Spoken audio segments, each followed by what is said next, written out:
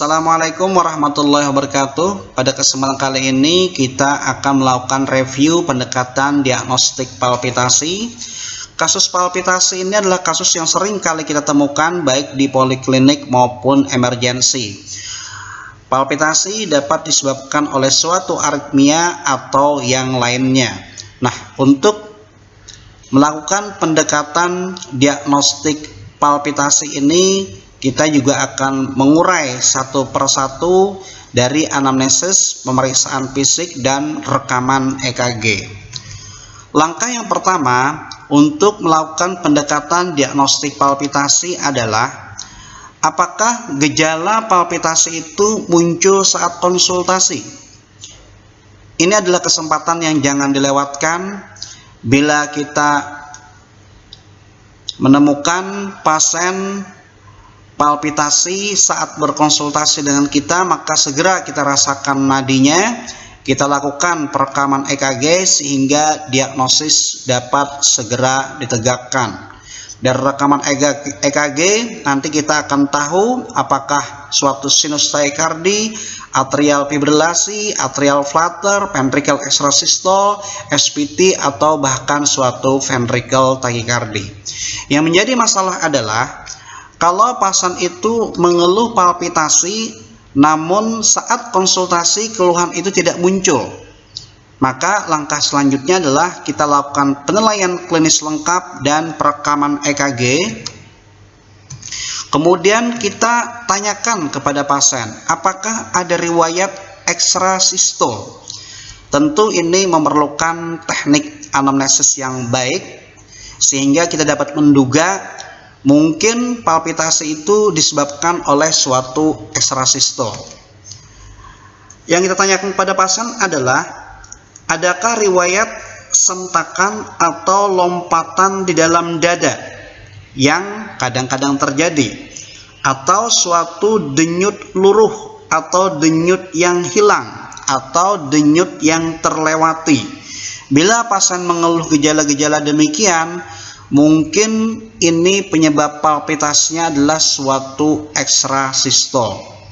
Maka selanjutnya adalah kita lakukan rujukan ke bagian kardiologi kalau memang penyebab palpitasinya itu adalah suatu extrasystole.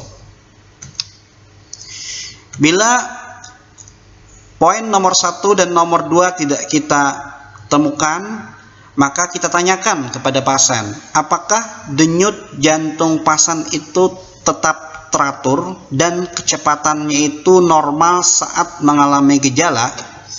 Karena kadangkala pasien yang mengeluh palpitasi, denyut jantungnya tetap teratur, kecepatannya pun normal, antara 60 hingga 100 kali per menit. Kalau denyut jantung pasien itu tetap teratur dan kecepatannya normal, tetapi pasien tetap mengeluh palpitasi, maka mungkin ini ada suatu peningkatan curah jantung, sehingga yang dirasakan oleh pasien adalah bukan denyut jantung yang tidak teratur, bukan denyut jantung yang cepat, tetapi denyut yang penuh tenaga atau kuat.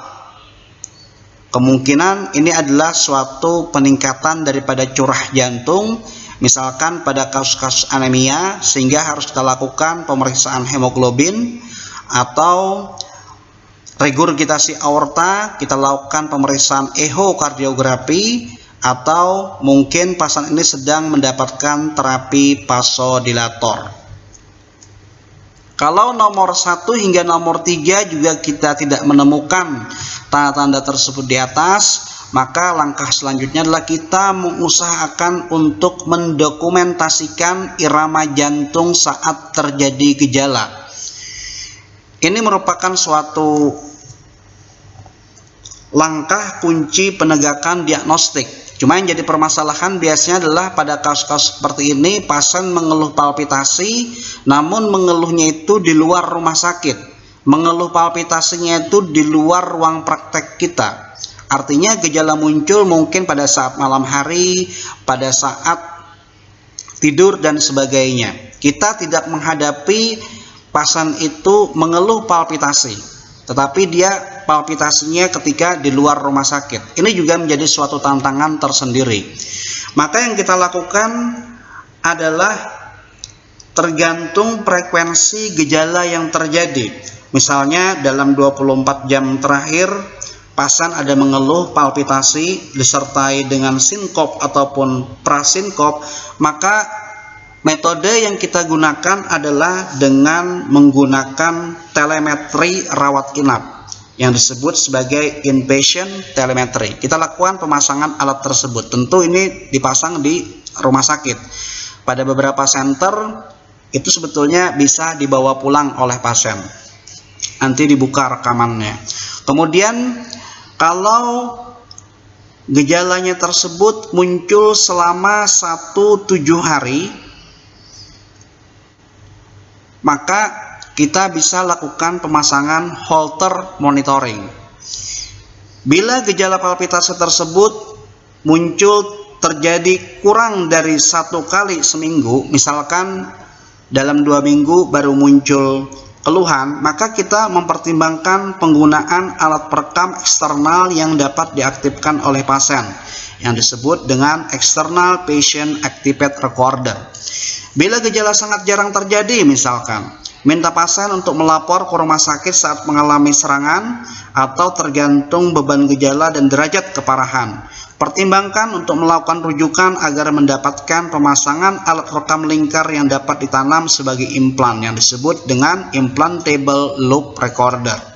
Bila gejala diinduksi oleh suatu kelelahan fisik, rujuk untuk mendapatkan EKG latihan fisik di bawah supervisi yang dikenal sebagai supervised exercise EKG. Nah, kemudian dari metode-metode tersebut, kalau kita menemukan suatu irama yang terdokumentasi, kelainan irama yang terdokumentasi saat terjadi gejala yang khas, maka diagnosis sebenarnya dapat segera ditentukan. Bisa penyebabnya suatu ventricle extrasystole, bisa suatu atrial fibrilasi, bisa suatu atrial flutter ataupun yang lainnya. Namun bila muncul gejala yang khas daripada palpitasi dan rekaman EKG-nya itu menunjukkan irama yang normal, sinus rhythm, maka itu hampir bisa dipastikan bahwa penyebab palpitasinya itu bukan dari aritmia. Mungkin ada penyebab yang lainnya.